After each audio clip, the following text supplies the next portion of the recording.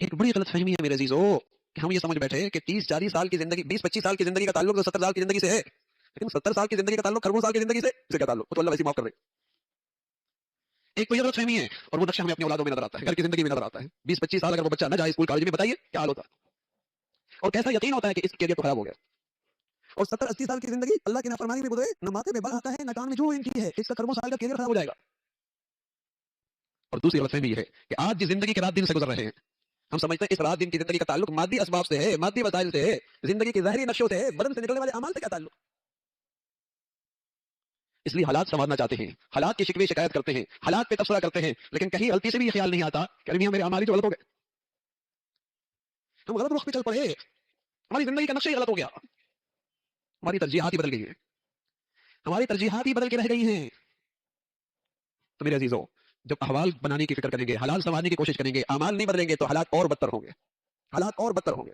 हाँ, हालात संवारने का रास्ता अल्लाह ने जो बताया है और अल्लाह के रसूल ने बताया है, अमाल ठीक करना शुरू कर दो, अमाल ठीक करना शुरू कर दो। फिर ख्याल आता है सारे कौमी सतह के हालात में कैसे बदलूंगा, सबके अमाल खराब है, मैं हालात कैसे बदलूंगा। अरे मियां अपनी कायनात से शुरू कर दो ना, अपनी जात से शुरू कर दो, अपने घर से शुरू कर दो, अपने बच्चों से शुरू कर दो, अपने दायरा कार के अंदर रहकर तो अमाल ठीक कर लीजिए।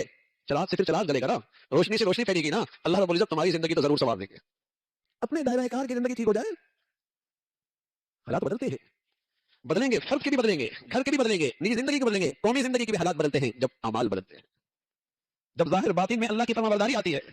क्या अल्लाह का वाज़ेह कानून है, वलौ अन्ना अहलल कुरा आमनू वत्तकू लफतहना अलैहिम बरकातिन मिनस समाई वल अर्द। सुभान अल्लाह। अगर धरती पे अल्लाह की नाफरमानी खत्म हो जाए तो अल्लाह जमीन और आसमान को अपनी बरकतों से भर दे। जब धरती पे अल्लाह की नाफरमानी की नहुसत खत्म हो जाए, रहने वाले अल्लाह की नाफरमानी करके दुश्मनी मोड़ न ले, फिर देखिए अल्लाह कहता है मैं जमीन और आसमान को अपनी बरकतों से भर दूं। आप अलैहिस्सलातु वस्सलाम फरमाया करते थे इन अल्लाह ला यहरमु रिज़्क़ बिज़म्बि युसीबु। आदमी नाफरमानी करता है तो रिज़्क़ से महरूम हो जाता है। आप कहते हैं रिज़्क़ तो नाफरमानों के पास बहुत होता है, और अल्लाह के नबी कह रहे हैं आदमी नाफरमानी करता है तो रिज़्क़ से महरूम हो जाता है। मुफ्ती शफी साहब रहमतुल्लाह अलैह मुफस्सिर कुरान है, बड़े आदमी फरमाया करते थे रिज़्क़ से महरूमी का मतलब ये है, या तो ये होता है कि रिज़्क़ चले ही जाता है, या ये होता है कि रिज़्क़ इतना गिरा हो जाता है कि खरीद से, हाथों से, खरीदारी से मुश्किल हो जाती है, या ये होता है रिज़्क़ तो बहुत हो जाता है लेकिन ये उसका चौकीदार रह जाता है, इस्तेमाल नहीं कर सकता, ये उसका नौकर रह जाता है, फायदा नहीं उठा सकता, सिर्फ सूप पी सकता है, सिर्फ सूप पी सकता, देख सकता है, खा नहीं सकता, उससे फायदा नहीं उठा सकता। जिंदगी माल की चौकीदारी में गुजरी है, ऐसी गुजर गया, ना आखिरत बनाई, न उससे लज्जत मिली, न ईमान संवारा, न ईमान के लिहाज से बच्चों की तरबियत की, यूं ही जाया कर दी जिंदगी। रिज़्क़ के अंदर नाफरमानी से ये नहूसत आ जाती। तो अल्लाह के नबी सच कह रहे हैं, नाफरमानी से रिज़्क़ में बरकत नहीं रहती, रिज़्क़ में खैर नहीं रहती, नफा नहीं रहता, देखने में बहुत नजर आता है।